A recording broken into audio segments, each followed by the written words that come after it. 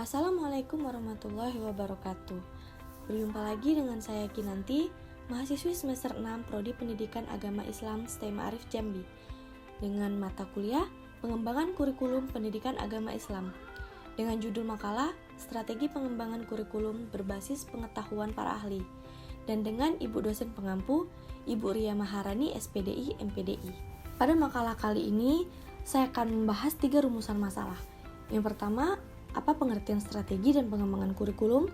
Yang kedua, bagaimana strategi pengembangan kurikulum berdasarkan para ahli? Dan yang ketiga, apa tujuan pengembangan kurikulum?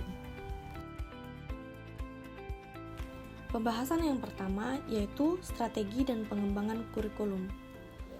Mungkin teman-teman sudah sering sekali mendengar kata strategi, yang mana biasanya sebelum kita melakukan sesuatu, tentunya kita pasti punya strategi.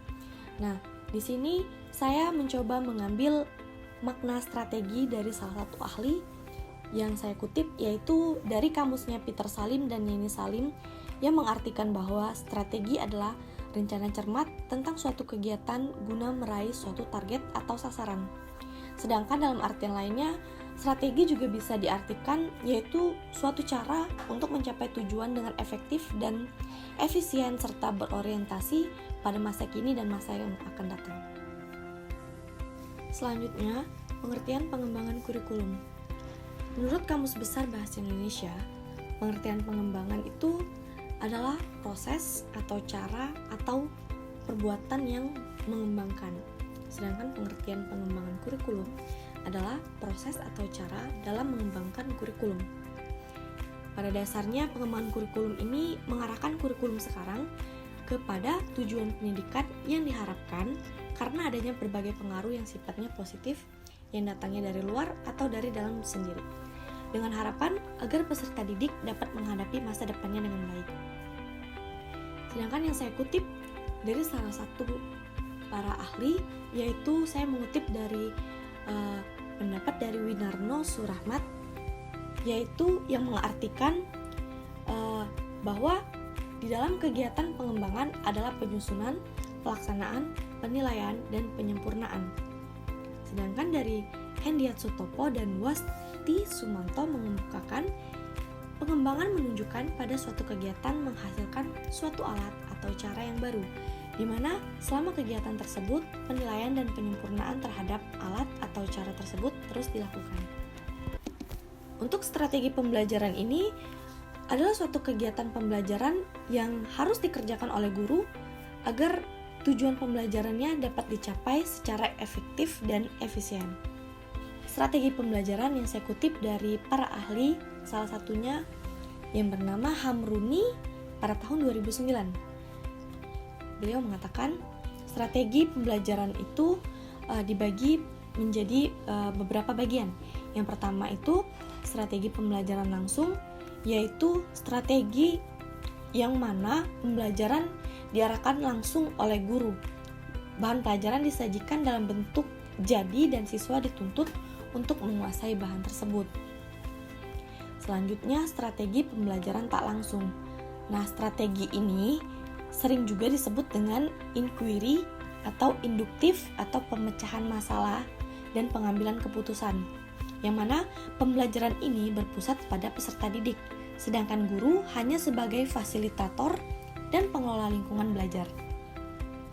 Selanjutnya, strategi pembelajaran interaktif.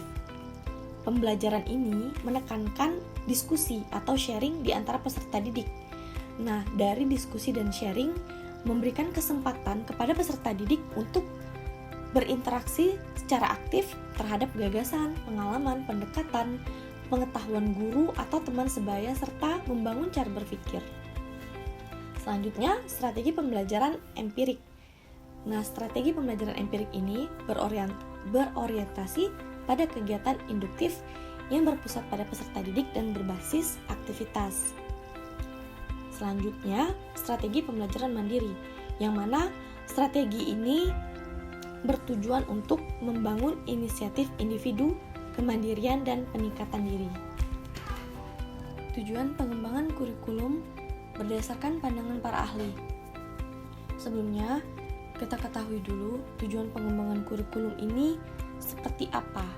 Nah, yang saya simpulkan adalah tujuan pengembangan kurikulum pendidikan ini adalah aktivitas yang dilakukan dengan tujuan tertentu yang ingin dicapai, sehingga pendidikan dilakukan dengan suatu perencanaan yang matang.